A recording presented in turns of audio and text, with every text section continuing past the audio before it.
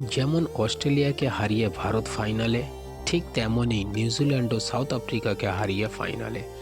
ICC champion trophy 2025 ফাইনালে মুখোমুখি হতে চলেছে ভারত বনাম নিউজিল্যান্ড। 2019-এর সেমিফাইনালের কথা সকলের মনে আছে তো? কখনো কখনো নিউজিল্যান্ডও অস্ট্রেলিয়ার মতো ভারতকে হারিয়েছে। এখন দেখতে হবে রবিবার ভারত বনাম নিউজিল্যান্ডের ফাইনাল ম্যাচে কি হয়।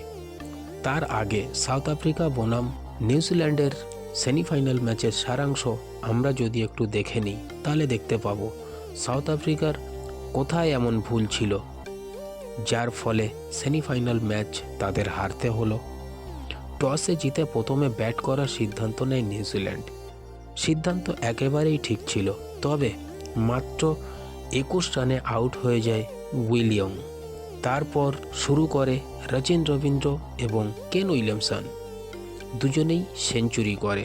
রচিন রবীন্দ্র 101 বলে 108 রান এবং কেন উইলিয়ামসন 94 বলে 102 রানের অনবদ্য সেঞ্চুরি করে। ডেভিন মিচেল এবং গ্লেন ফিলিপস উভয়ই 49 রান করে আউট হয়ে যায়। দুজনেই হাফ সেঞ্চুরি থেকে 1 রান দূরে ছিল। সাউথ আফ্রিকার হয়ে লুঙ্গি এনজিডি 10 ওভার বল করে 72 রান দিয়ে 3টি উইকেট নেয় এবং কাগিসো রাবাদা 10 ওভার বল করে 70 রান দিয়ে 2টি উইকেট নেয়। অন্যান্য দিনের মতো এদিন সাউথ আফ্রিকান কোনো বোলার ঠিকমতো বল করতে পারেনি, যার ফলে নিউজিল্যান্ড রানের পাহাড় তৈরি করে ফেলে। নির্ধারিত 50 ওভারে 6 উইকেট হারিয়ে 362 রান করে নিউজিল্যান্ড এবং সাউথ আফ্রিকার সামনে লক্ষ্য দাঁড়ায় 363 রানের। চ্যাম্পিয়ন ট্রফিতে এটাই হচ্ছে সবচেয়ে হাইয়েস্ট স্কোর। যেমন বল করতে পারেনি, তেমন চেস করতে নেমেও সাউথ আফ্রিকান কোনো ব্যাটসম্যান ঠিকমতো ব্যাট করতে পারেনি। প্রথমেই রাহান রিকেলটন 17 রানে আউট হয়ে যায়।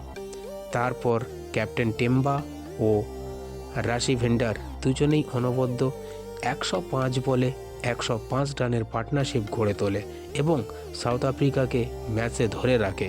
কিন্তু যখনই এই পার্টনারশিপ ভেঙে যায়, দ্বিতীয়বার আর কেউ তেমন পার্টনারশিপ গড়ে তুলতে পারেনি।